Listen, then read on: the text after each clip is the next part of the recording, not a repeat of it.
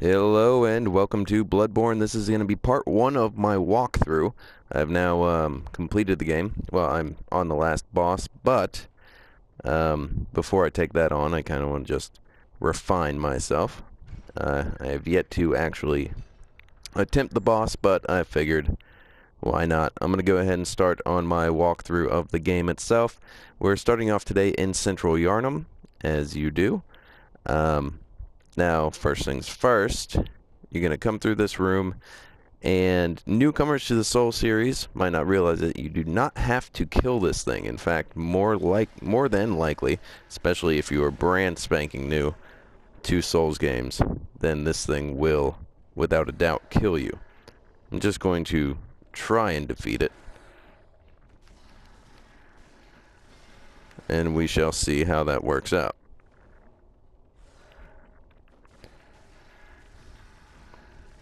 As you can see, I'm just using my bare hands and karate chopping him, so chances are it's not going to go well, as one hit, super slap. Oh, yep.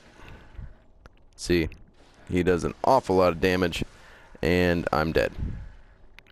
So, yeah. Anyways, that's all fine and good. You're supposed to die right there.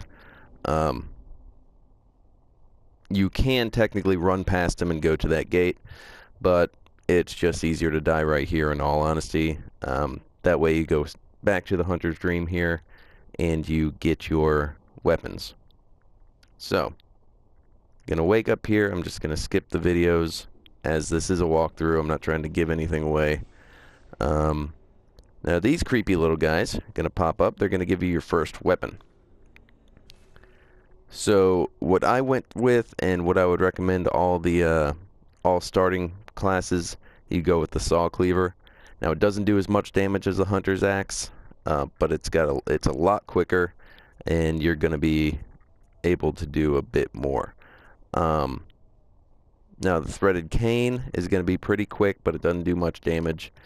I'm gonna start off with the saw cleaver again, because I figure as a walkthrough, it's best to do what I'm used to, which is why I'm also going to start out with the hunter's pistol.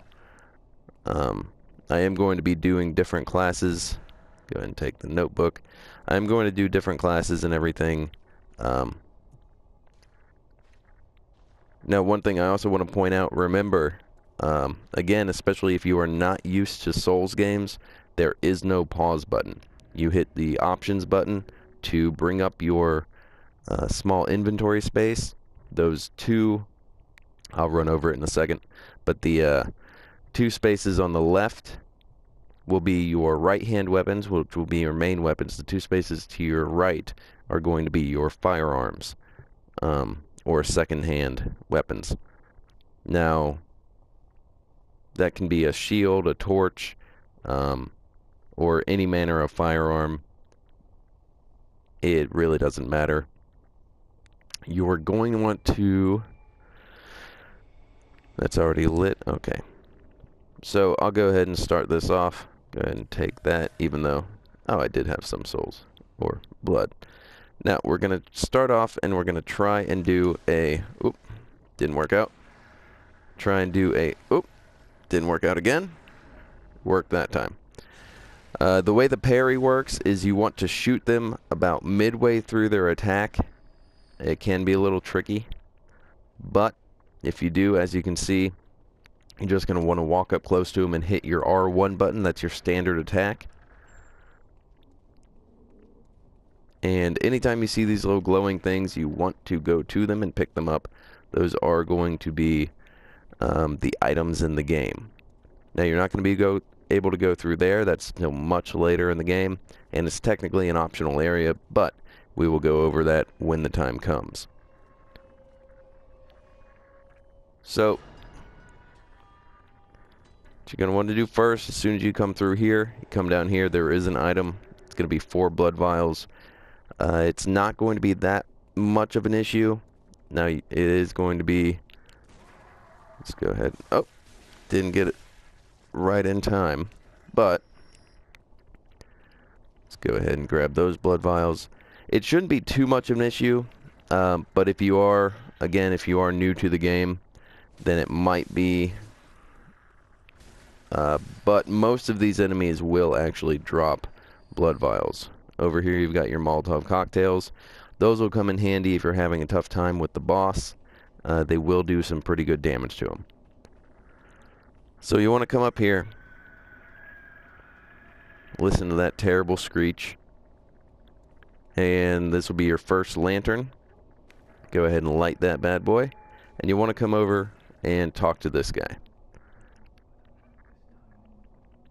Now he's going to go through his little spiel.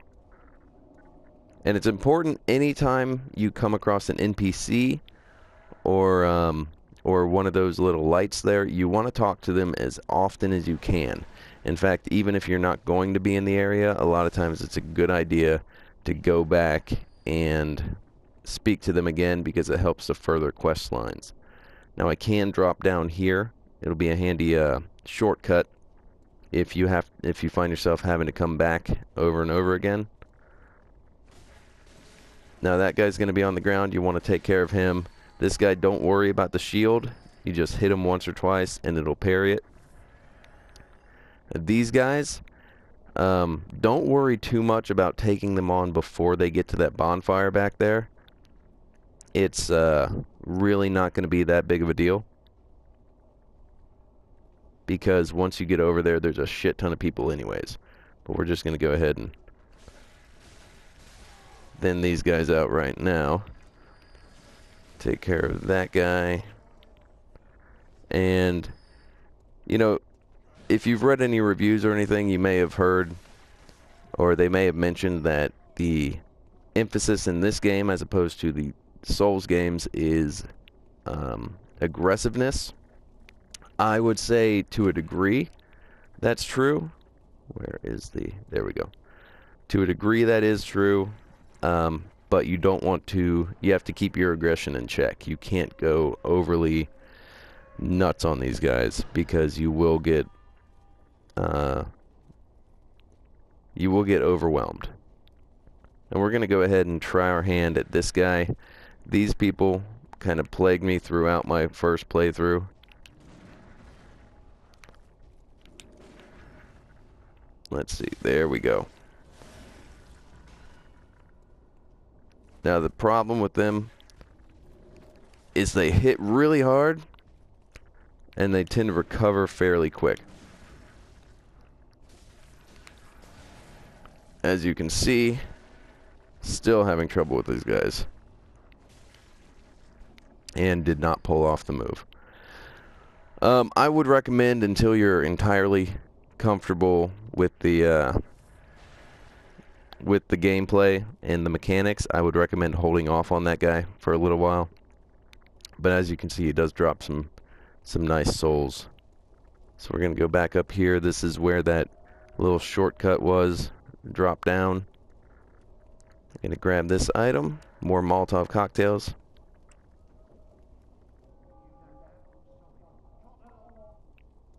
Alright. As I said, you want to go to those places as much as you can. Whoa.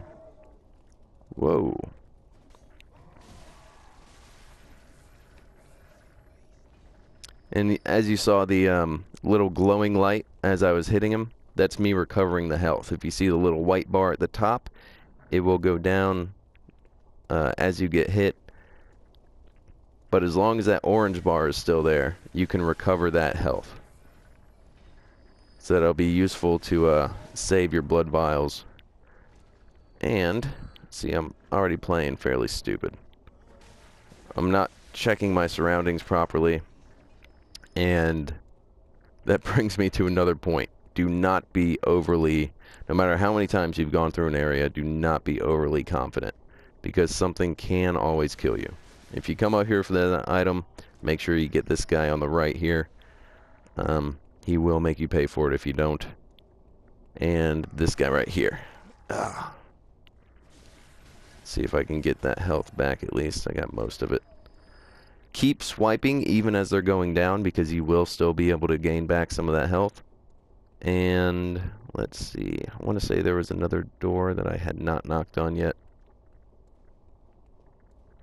But whatever. let's just continue. As you can see, all those guys are already at the bonfire. It didn't seem to really... Whoa! Shit! Again, I'm not paying enough attention. Keep mobile. If you find yourself stuck on a lock-on like that, just quickly take the lock-on off. Sometimes it's a good idea not to lock on at all, especially if there are multiple enemies. And some bosses, you'll just want to avoid the lock-on altogether. So if you come over here, if you notice you can jump down right there, it might be a good idea to take out, let me see, what have we got going on? Might be a good idea to jump down there so you take out that one-shot rifle villager right there. So we're going to go ahead and do that in just a second. Just want to make sure that we're clear up here. Didn't miss any items. And let's just go ahead and try and sneak up behind him. And there we go.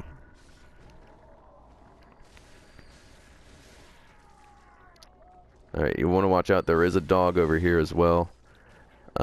Not only are they quick and kind of a pain in the ass, but they also will bark and alert other villagers. So, try and knock these guys out quick because time is running down a little bit. I am using PlayStation Share, so I have 15-minute increments that I can use. So, again, watch out for the rifle. Again, keep mobile.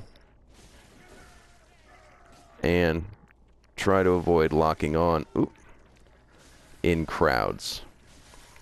Because it will just cause more problems than it'll solve for you. You want to pick up any of those cold blood dues because that will be... that's essentially blood echoes that you do not have to worry about losing.